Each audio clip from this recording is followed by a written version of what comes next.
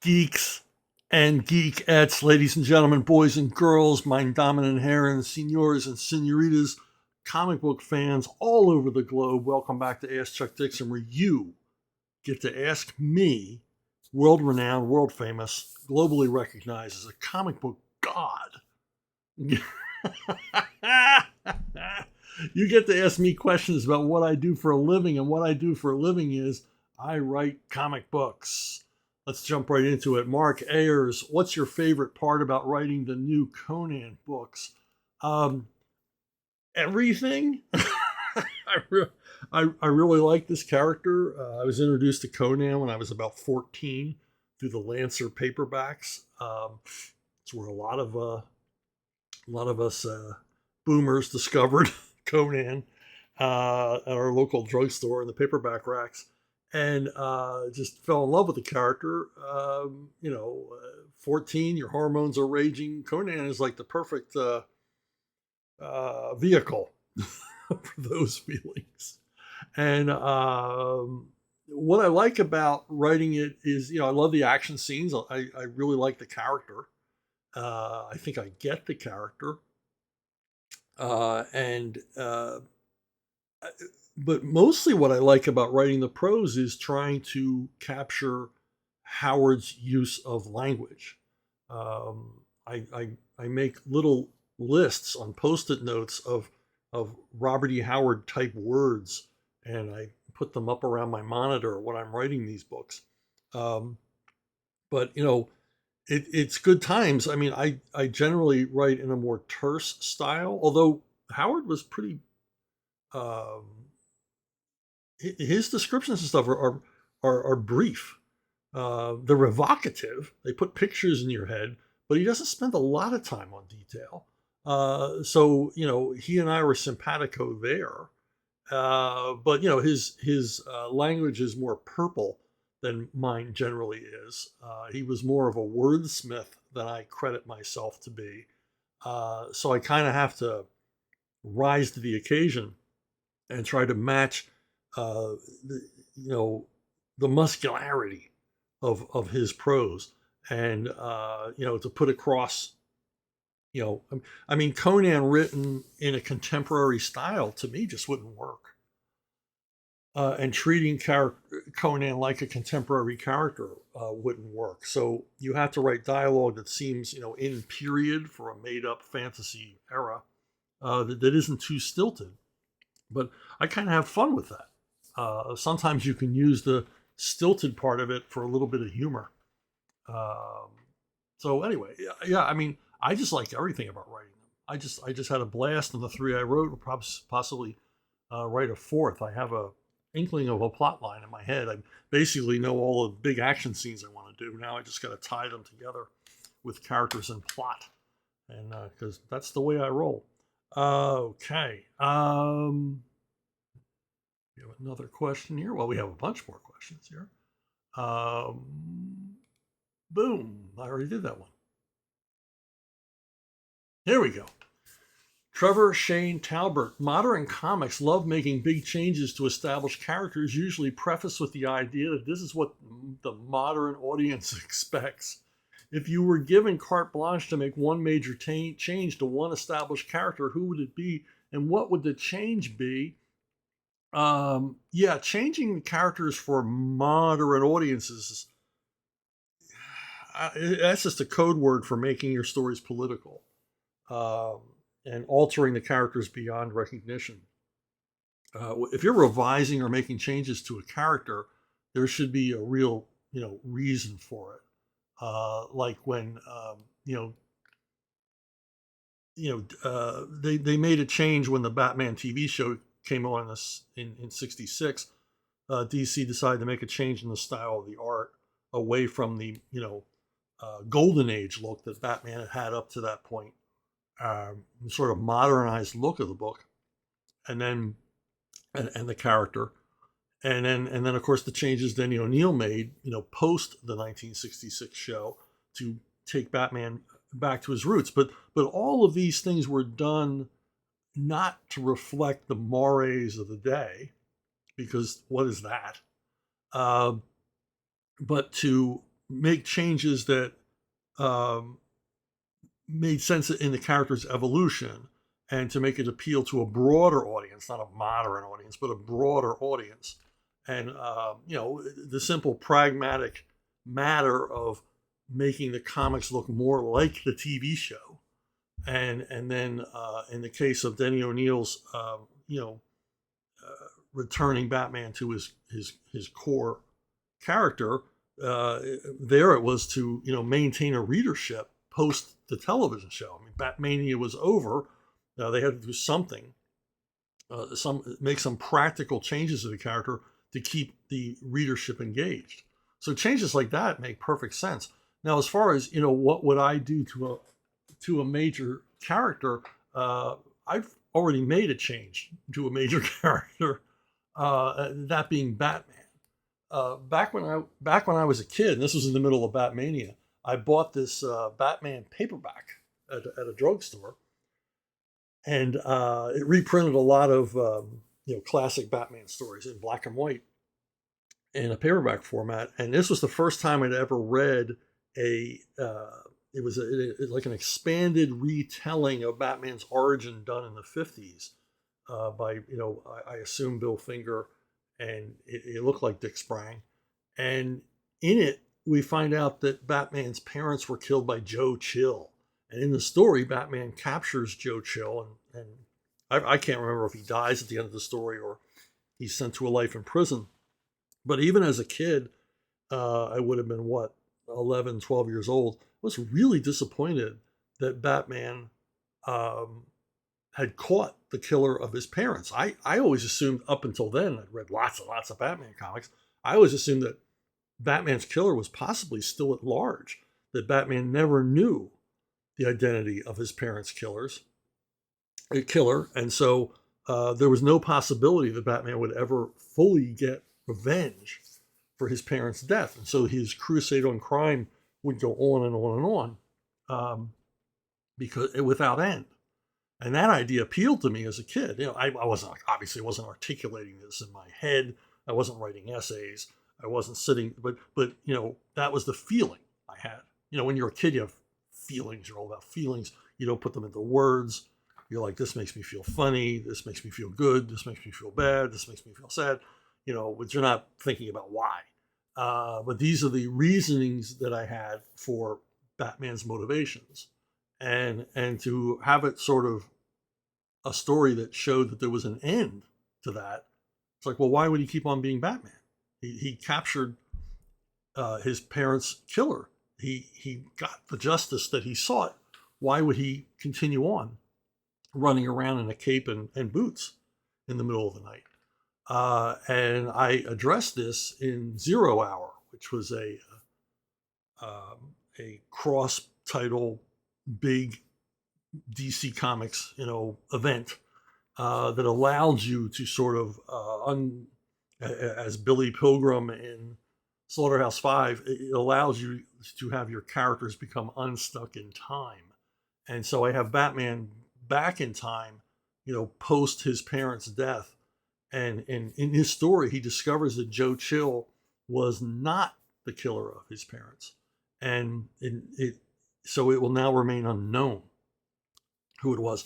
Now, I make this continuity change, and it was as permanent as any continuity change made in a comic book, which is to say it was not permanent at all. I'm sure it's been debunked and done away with. It's no longer canon. But for the time that I was on the Bat titles, I was happy that in my Bat universe, Batman had never gotten the justice that he sought. Apparently, it was quite controversial amongst fans. Controversial enough that it gets a mention on the Big Bang Theory, where Sheldon, bemoans my choice of changing Batman's origin. So anyway, yeah. So I already got to make the big change I always wanted to make ever since I was a kid. Okay, Dan C. I am rereading Punisher War Journal. In issue 3, Frank kidnaps and takes a drug gangster to the Pine Barrens to finish him off. The gangster escapes, and Frank has to chase him in the snow. This is very similar to season 3, episode 11 of The Sopranos. Have you noticed the similarity before? Do you think it inspired the episode? And have you noticed your writing having influence over other works? Yes and no. The Pine Barrens episode of Sopranos, I think it's generally considered the best episode of the series. It's if you talk to Soprano fans, they'll say that was their favorite episode. It is an awesome episode. And yes, I did have a similar storyline in Punisher Warzone #3. But I will give the Soprano creators a pass because obviously when you're doing a mafia story, you're going to have a story where they take a guy out in the woods. The last ride is part of the, gangster milieu. They're obviously eventually going to get, they did several times they took people on last rides. So it's, I'm not going to say they took it. And the setting in the snow, as it turns out, I read a book written by the locations manager for The Sopranos, a fascinating book about the job of, building sets and finding existing locations to shoot things in and all the complications that ensue over the life of a television series. And in it, he talks a lot about this episode.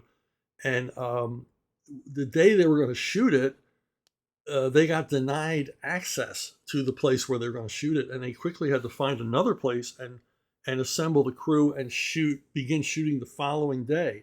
Well, overnight it snowed. Initially, the episode was not going to be shot in the snow, but it snowed. So they had to shoot it in the snow. And they had to rewrite a lot of stuff, specifically that Christopher and Paulie left tracks. Why couldn't they just follow their tracks back to the car? And they had to write a scene where it showed that they were wandering in circles to do away with that. Now, so I'm going to give them a pass. I mean, even if they had read the comic, I wasn't reinventing the wheel here. It was a last ride story. Now, have things been taken from me? Yeah. The movie Waterworld is largely lifted from Winterworld.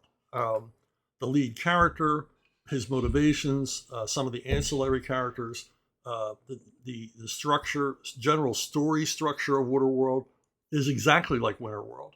It's almost as if the people producing it wanted to adapt Winterworld, but thought shooting in a snow environment would be difficult and raise the budget. And of course, the laugh is on them because shooting on the water is always more expensive, and this was a disastrous shoot. The budget for this movie ballooned way beyond proportions and way beyond any box office it ever earned. An enormous flop, which makes me pleased. Yeah, I mean, it's undeniable. If you've read the Winterworld and you watch Waterworld, it's like, okay, yeah, they read Winterworld, but decided to do their own thing using a lot of the elements from mine and Jorge Zafino's creation. Another one is the movie Signs, the alien invasion movie, M. Night Shyamalan, Mel Gibson.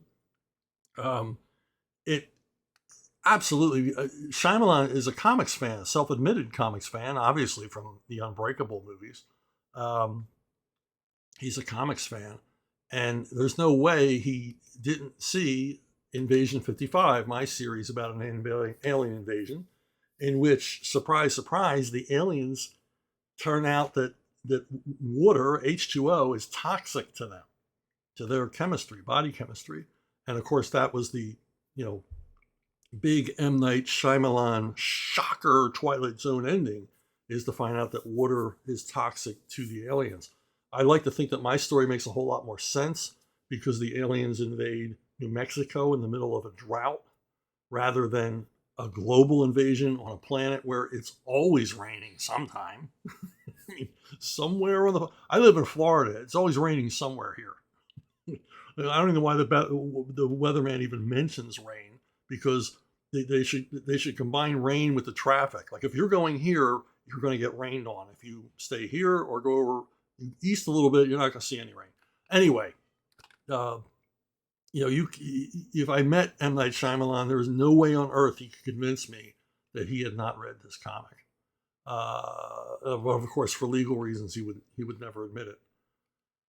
Okay, Matthew McClune, I've seen some quick videos on Carl Barks. I know you spoke fondly of his comics and how influential they are. I was surprised to find out that many didn't know he was the writer and artist until decades after because Disney and the publisher wouldn't let it out. Is this true? Do you have any comments on Carl and his unaccredited works? Did you ever meet him? I never met Carl Barks. I was never at a convention that he was at. I was always going up to the Phil Sewling Con in New York City because that was the big convention at the time in the early 70s. And I think he appeared at the one before I started going. And the one before that, Steve Ditko was at. So I missed out. I missed out on meeting him.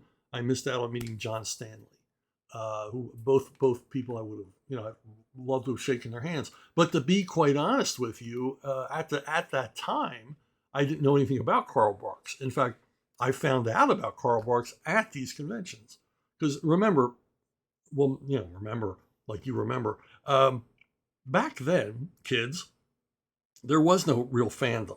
There was a couple of people putting out mimeographed fanzines, single space type. and if you weren't one of their friends, you didn't even know about these fanzines. And so there was no organized information out there. The only thing I knew about Carl Barks was he was the quote unquote good duck artist. And for many, many years, he was known as only the good duck artist. No one knew his name because Disney didn't let you sign work. Everything was by Walt Disney. Disney didn't credit anybody on their children's books or comic books or anything else. So, it was just done in studio, in-house, by freelancers. So you really didn't get to know anybody's name. But it, but people began to recognize this duck story is different from this duck story. While they were all consistently good comics, the Barks stories were exceptional in so many ways that readers of a certain age, which generally, guys that were like a few years older than me, they were reading these comics as they came out. I was like, I read some Donald Duck comics, but I was completely like unaware of any of this. And so readers began to recognize that there was somebody doing these comics that was better at it than the other people. And they began to recognize that, and they began to call this person the good duck artist because they weren't thinking about writers. Comic books are written by somebody. So, Barks's, more ambitious stories, more complex stories, more, wonderfully plotted, meticulously plotted stories, funnier stories, stories that were more character driven and more accurate and more consistent in quality.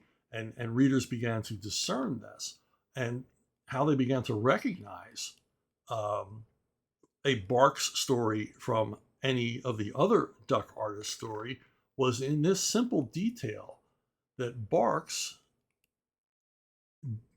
he made a little pie slice in the pupil of his character's eyes. A lot of other people use like a half moon shape, but Barks always used this pie slice shape. And so his growing fan base, now they had a way to discern which Uncle Scrooge and Donald Duck comics were by the good duck artist. And then somewhere along the line in the late 60s, his name became public. Somebody looked into it far enough. His readers who started out as kids now reached adulthood in the late 60s, and they began to, who was this guy?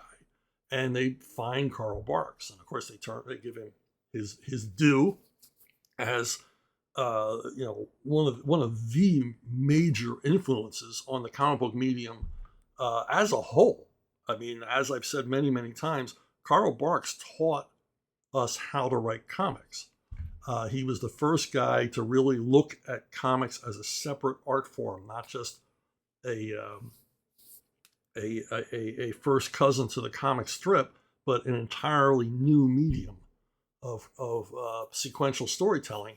And he began to take this very seriously. And basically, all of us learned, uh, either directly or indirectly, how to write comics from Karl Barks. So his influence was just simply huge. But yeah, back in the day, just prior to me entering fandom, his identity was a complete mystery, and it was solved just beforehand. And there were a lot of Barks fans. There were as many Karl Barks fans um, and Little Lulu fans in fandom as there were for EC or the Marvel and DC superheroes and all the rest of it. It was a big fan base, a vocal fan base, and a fan base with money because these comics were going for a lot of cash back in the day. I mean, when a comic book that was you know 15 years old is selling for $20 back in the 70s, that was a big deal. That meant that this is something special. So it wasn't really until later years that I began to look more into Barks because I heard so much about the guy, and I'm a comic book guy. It's like I want to know more about this guy, and began reading and appreciating the stuff more. And of course now with Fantagraphics doing these like beautiful collections of everything Barks, we can all take a peek and see what that guy was up to. And he was up to some awesome stuff. Garrett Davis, I liked your video showing your office. I noticed you had a Dogs of War poster by your door. It's a bit strangely edited at moments, but I quite like that movie and I've seen it 3 times. I guess I just like mercenaries in Africa plot lines. Anyway, I wanted to know if you've read the book the film was based on by Frederick Forsyth. He wrote Day of the Jackal and Odessa File. Yeah, I read all that stuff. I did read the book.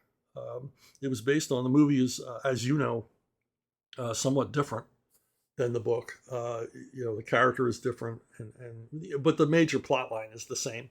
Mercenaries hired to take down a regime of a small African country. But yeah, I dig this movie a lot.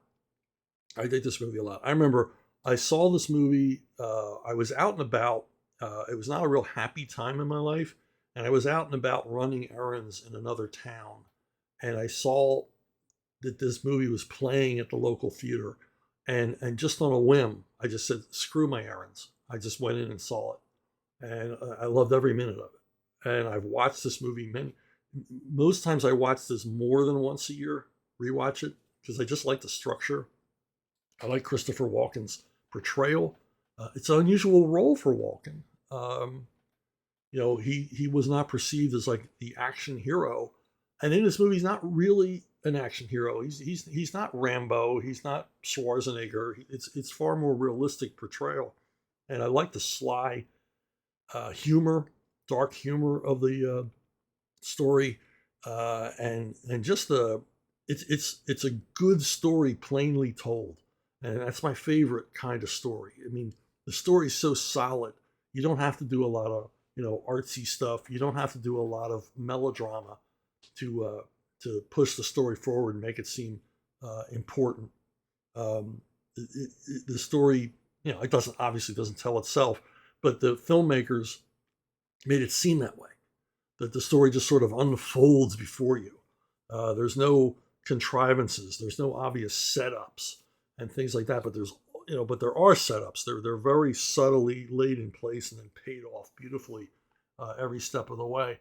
And not only do I occasionally just watch this movie out of the blue, but sometimes I'll make a day of it. And I'll watch Dogs of War, always followed by Dark of the Sun, the 1960s African mercenary movie with Rod Taylor and Jim Brown, which is just an awesomely brutal action film, especially for the period it was made in. And then I'll follow that up with Tears of the Sun, another military in Africa movie, this time the United States military, Navy SEALs, I believe, going to rescue Americans from the horrors of a African Civil War. starring Bruce Willis. So I'll just make a day of it. A mercenaries in Africa trifecta. Okay. Mattel Jones. One of my favorite childhood memories is having my parents take me to see Where Eagles Dare during the original run in theaters. Where Eagles Dare is like a James Bond film set in World War II, with Burton as Bond and Eastwood being a more than great Felix Leiter backup. One of my favorite parts is when Major Smith is confronted by the surprise appearance of the SS soldier, how quickly he adjusts his cover story to amusing effect. Speaking of that SS officer von Hoppen, as played by Darren Nesbitt, has any actor ever looked more like a Jerry Anderson puppet? Also, does any Clint Eastwood movie have him racking up a bigger body count than this one? Yeah, I remember my parents took me to see this one at the local drive-in, and I just, wow, what a movie. It's got everything. It's got Nazis and, daring do, and it's a real boys' own adventure movie. It's Alistair McLean stuff at his best, and stuff blowing up and all the rest of it. Yeah, it is kind of like a James Bond movie set in World War II because it's undercover stuff and dastardly villains and it's also has like heist movie elements to it that make it really cool. And of course, it's fantastic stunts done on the cable cars. I mean, just great stuff. I mean, we can even excuse the appearance of a helicopter in the movie. I assume they could not get an auto gyro for some reason, and they had to have that helicopter landing in the castle. And it was like, okay, that's a little off-putting, but the rest of the movie looked fairly accurate. And Richard Burton, yeah, he's smooth as James Bond. He's a womanizer. He's got away with the ladies. He's got all the answers. He's quick on his feet. He's tough. He's a killer. He's got no compunction about killing anybody that gets in his way. And he's always going to win the day, and we know that. Cool and British and drinking a lot. Apparently drinking a whole lot on the set of this movie, if Clint Eastwood is to be believed. I think Clint Eastwood always, I think to this day, refers to this movie as Where Eagles Drink. And then you cracked me up with the Darren Nesbitt reference to a Jerry Anderson puppet. I think that's what's bothered me about this character since I first saw it. It's like there's something about this guy. It seems vaguely familiar, and you nailed it. He could have been a cast member of Fireball XL5. So that cracked me up. So from now on, I'll that'll be in my head when I see this guy. I'll be looking for the strings. And then you are absolutely right. This is Clint Eastwood's biggest body count. I would say this is the biggest body count in a movie until Star Wars. I mean, I once clocked it. I've seen this movie many, many times, as you have. I once clocked it, and the last 45 minutes of this movie is nothing but killing. I mean, things are either blowing up, people are getting shot, motorcycles are flying off of cliffs, airplanes are exploding. It's the last 45 minutes is pure carnage, which that's pretty incredible. That's pretty incredible. Matt Rex. Hello, Mr. Dixon. I just finished reading your short story and neither beg nor yield and enjoyed it. Is this the first Hagen and Pilsner story you've written? Do you plan on doing another? Do you dislike writing short stories for anthology books? Why or why not? Would you consider doing this again? Yeah, I contributed a story to this anthology of sword and sorcery stories. And I got like invited out of the blue. I didn't know the people putting this together or anything else. And they said, would you like to contribute a short story? And my answer is always, well, if I think of a story, I get invited to contribute to anthologies all the time. But I rarely do it because I have to think of a story. And if I don't bother. I'm not just going to like dash something off just to be included in the anthology. And I'm not that kind of writer. It's like, okay, we need, 4,000 words by Thursday, and here's your subject. Okay, I can't do that. I mean, the story has to come from somewhere. I don't know how other writers do that. I don't know if they have like a formula or a template they just fall back on and they just sort of, plug the characters in. I've never been that kind of writer. So but they said, would you want to? And I said, well, let me think about it. And it took a while. I think it was a few months later. I was like, yeah, you know what? I don't necessarily have a story, but I have two characters in mind. Hagen and Pilsner are a pair of mercenaries. I was thinking of Fafford and the Grey Mouser, the Fritz Lieber stories. And I'd like to do something in that vein. Because, I've been writing the Conan novels. And it's like, they're grim and serious for the most part. And I thought, well, something a little lighter in tone, a little bit more of a, like almost a parody story, although not, jokey, has humor in it, but not comedy. And I wanted sort of a buddy story. And so, I said, yeah, I might have these characters. And then I thought a little bit more about it and came up with, a sturdy storyline with surprises and twists and changes for them to go through. But mostly I enjoyed writing the repartee between the two characters.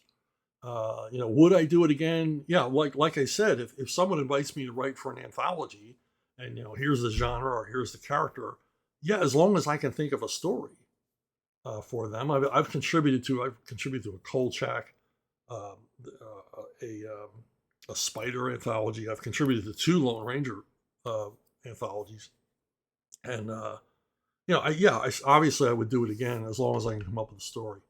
But I'm not one of those guys that can just at the drop of a hat, you know, dump 5,000 words on within a week. So I'm just not that kind of guy. Okay. Mark Neer, I note that the film is again being planned for Cormac McCarthy's Blood Meridian. I love No Country for Old Men, both the book and the movie. Blood Meridian will be interesting if it happens. If Cormac McCarthy's heirs asked you to adapt some of his novels into comics, would you take that challenge? How about if the task was not to adapt the novels but to base your comic script based on the film versions? I haven't seen or read The Road, but I would welcome your comments also on that. Yeah, I gotta say no. I wouldn't want to do comic adaptations of Cormac McCarthy stuff. I love Cormac McCarthy's writing, and I guess that's the reason why I wouldn't want to do it. Um, his his his novels are, for the most part, unfilmable. The Coen brothers pulled off an amazing feat of filmmaking when they brought No Country for Old Men to the screen. Now, they had to cut a lot of stuff, which I'm sure hurt them. They cut some of my favorite scenes in the novel, but they were staying with the core of the story, the core of what McCarthy was trying to put across, and of course the action scenes in the movie are right out of the book. I mean, McCarthy has a way of describing action, and action apparently is not easy for a lot of writers, but he has a way of describing action that just draws you in. You can just see everything. You're in the moment. You feel it. You can't put it down. You've got to see what happens next. He is an absolute master of you've got to see what happens next. But what I like about McCarthy's writing is he is a true invisible writer. I had to reread scenes from All the Pretty Horses over and over and over again to try to figure out, how does he make me feel this way? I mean, he's not telling me how to feel. He's not giving me any really clear, like, melodramatic indicators. There's nothing in the dialogue, but something in his word choice, something in his pacing, something in his descriptions is either making me feel creeped out or making me feel like something, imminently bad is going to happen. How does he do that? Guy is a real master. I'd love to know. Maybe I don't want to know, because he is an invisible hand. I don't want to know how he did it. I don't want to know. I mean, I see what he does on examination. I think I'm seeing how he's doing this, but I don't really want to know. I don't want to ever read about, I don't want to read about him writing about his process. And I don't think Cormac McCarthy ever wrote about his process, because he wasn't that kind of writer. He was about, hey, I wrote it, take it or leave it, love it or hate it. This is what I wrote. That's it. That is all I wrote. And I'm not telling you about it or describing it or justifying or apologizing for anything I've done. And so, yeah, I don't know how well it would translate to the comic form. Every other movie made from his stuff, All the Pretty Horses, Son of Man, and The Road, have fallen far short of the power of the books. So, like, why bother? And Blood Meridian, which they keep trying to film it, and I was reading the history of it. I mean, it's Tommy Lee Jones owned the rights for a while. James Franco owned the rights for a while. Like almost every major filmmaker in Hollywood outside of Woody Allen and Clint Eastwood have taken a look at this book and thought it would make a good movie. It it wouldn't make a good movie. If you were to be absolutely painstakingly accurate to the novel, you would end up with just 2 hours of misery. This book it's about scalp hunters, I believe in the 1840s, who go back and forth across the Mexican border, hunting Indians to sell their scalps. And like all McCarthy books, it's a page turner, but you're horrified. I mean, it's a stomach churning violence in this book. These are awful, awful characters. I don't want to see a movie about this. No movie could do this book justice. And, without being like triple X rated and unwatchable. Unwatchable. This would be more grotesque than like the most grotesque Italian giallo you've ever seen. And why would you want to make that into a movie? I think the reason why is there's one scene in this book. It's an extended action scene that would be spectacular on screen in the right hands, in the hands of a Coen brothers or Scorsese at the top of his form, or Terrence Malick at the top of his form. But it's not worth making a whole movie for one great scene. It's in the book. You can read it. It's fantastic. But yeah, I don't. Please, Hollywood, don't do this. There's no reason to. And you're not going to make any money. See, the dirty little secret of Hollywood is that movies make money at the box office, real money, when people go back to see it over and over and over again. You have it's the same as with gambling and the liquor business. You rely on addicts and drunks for most of your money. It's called repeat customers. And movies really rely on a core fan base, a certain percentage of the viewers going back to see it again and again and again. I mean, this is why Star Wars made so much money. This is why Jaws made so much money, because people went back over and over and over again. And you would see Blood Meridian once if you could sit through the whole thing, and you'd never want to see it again. And that means no Blu-ray sales, no DVD sales. You put it on streaming and nobody's going to watch it. So why would you make this movie? It doesn't make any sense to me at all. Now, as far as The Road, the movie was not anywhere near as powerful as the book. And The Road is McCarthy writ even larger, because I talked about how he sets up a feeling of dread, like that something terrible is going to happen in the next few pages, and you want to look away, but you can't. That's The Road from the page one to the end. That feeling of dread just rises and rises and rises. I mean, you're tensing up reading the book. You gotta turn the page, but you don't want to turn the page. And when I read The Road, I bought it. I went to our local Target and I saw it there on the stands. Oh, wow, McCarthy's new book is out. I'm going to pick this up. And I bought it at Target, and I went into a little coffee shop they have there, and I bought a coffee and I sat down. I thought, well, let me look at it. You buy a new book and you want to take a look at it. And I read the opening lines. And an hour and a half later, I reached the end of the book. I never got up. I don't even think I drank my coffee. I just read that book from beginning to end, sitting there at Target. And I was just, it shook me. It shook me like no other book had ever shaken me, because this book gets a hold of you and does not let go. And that's been the case for most of McCarthy's books. I mean, I read All the Pretty Horses on a flight to California. By the time I got off the plane, I was done with the book. I think I read No Country for Old Men in 2 sittings. Blood Meridian took a little longer because it's nasty. There's just so much of that you can handle. But at the time, I did a drawing of myself reading The Road. And the joke here is I was afraid to look at the book with both eyes. So,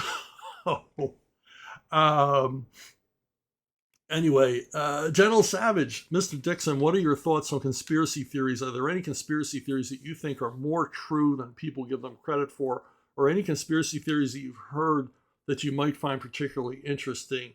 The thing about conspiracy theories is that what do you want to believe? And a lot of times people will only see the evidence that backs up what they already wanted to believe about the world. Here's my take on conspiracies, and I'm going to provide evidence for this. Conspiracies are hard. JFK assassination, there's a million different conspiracies. And the where it falls apart is that all of them, every single one of the JFK conspiracy theories, he was killed by Castro, he was killed by the communists, he was killed by a bunch of Texas oil billionaires, he was killed by the CIA. All of these theories fall apart in the light that, people can't keep secrets, especially one this big. And in every one of these conspiracy theories, it would require the cooperation of hundreds of people to stay mum about the assassination of the president of the United States. No deathbed confessions, no letters left in a vault to be opened upon my death. None of this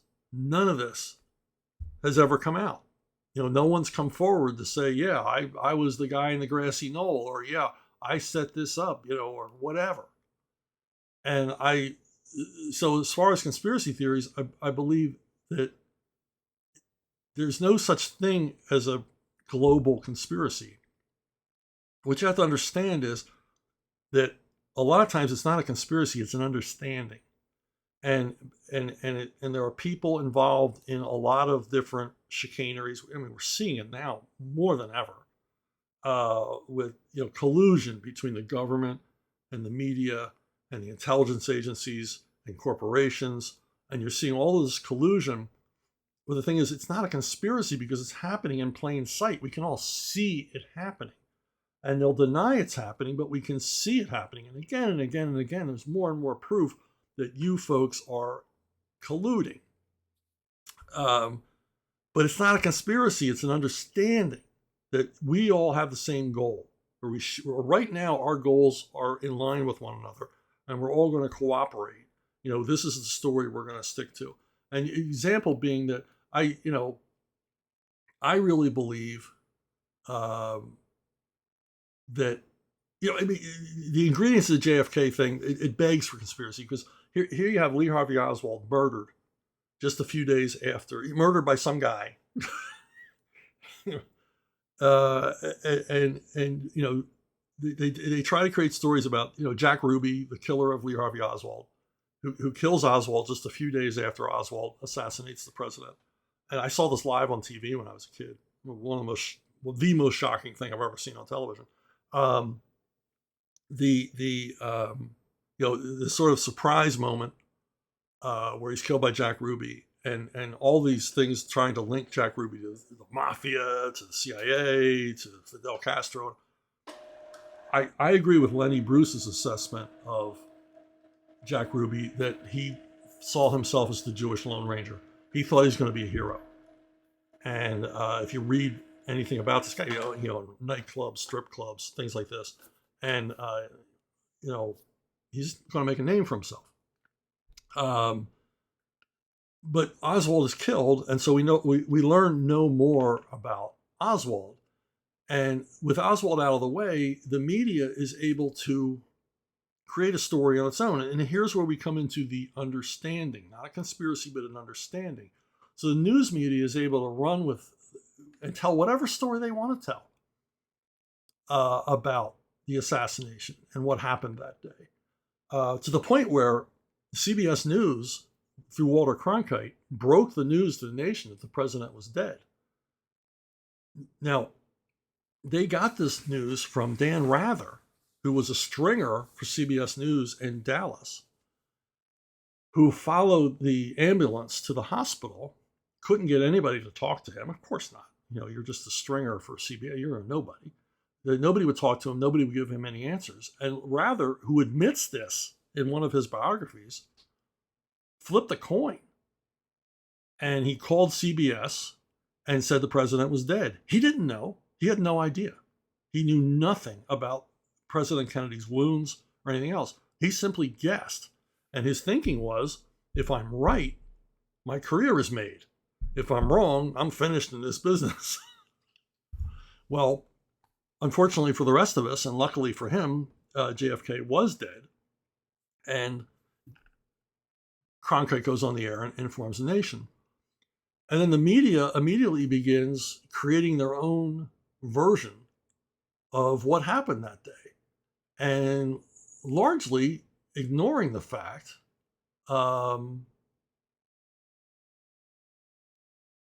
that Lee Harvey Oswald was a communist. A real communist. He was a former Marine, dishonorably discharged, goes to the Soviet Union, marries a Russian woman, and comes back to the United States, full-blown commie pinko agitator, as well as an expert Marine marksman.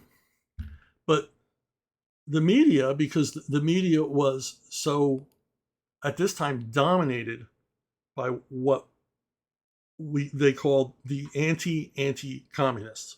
These were American liberals who rejected the Joe McCarthy and the House on Un-American Activity.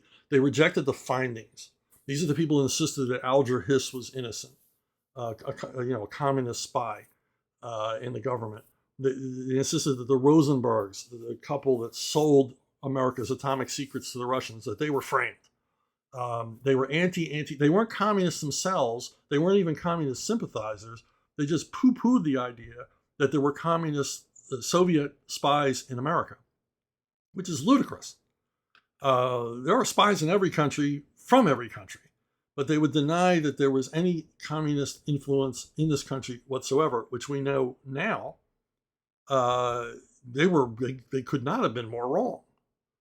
That the Soviets had their fingers in academia, the media, everywhere else. They had their apologists and their sympathizers. They had people, American citizens who held rank in Soviet military intelligence.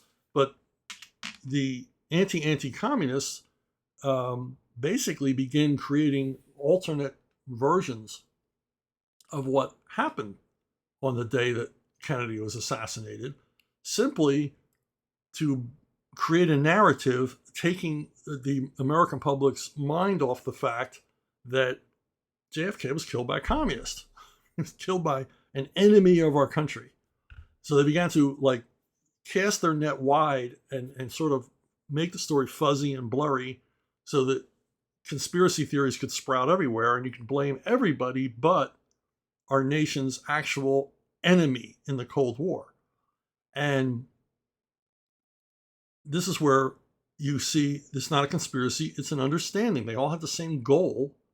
Their goal was anti-communism, to poo-poo the influence of the Soviet Union in our society. And this is the reason why they hated Richard Nixon. He was a virulent anti-communist. Let's not forget JFK was a virulent anti-communist as well. And it's just undeniable. Now, whether it was a plot by the Soviet Union or Oswald was driven by his own, zany idea of how to promote world communism, we don't know. We're never going to know. And why are we never going to know? Because the CIA, to this day, will not release the records from the time period of the Kennedy assassination. And it's way past the deadline. And we should have seen those files. There should have been total transparency, total sunshine on all of the JFK information years ago. But they keep finding reasons. They go, it reveals methods and practices, and people would put in danger. This happened decades and decades and decades ago. No one involved in any aspect of the Kennedy era is alive now. There's nobody that's going to be exposed. There are no methods and practices from 1963 that we don't already know all about. So there's no grand secret. Now here's where you go, well, then it's obviously a conspiracy. They're covering up a conspiracy. No, they're covering up their own screw ups because they should have nailed Oswald in Mexico City. They were following him around, they were peeking at him. They knew where he was, they knew about his movements, they knew he was a danger, they knew he was a threat, and yet they did nothing about it. Now, did they do nothing about it because they hoped that he would kill the president? No, that's ridiculous because there was no guarantee he was going to succeed. He had the best shooting day of his life that day in Dealey Plaza.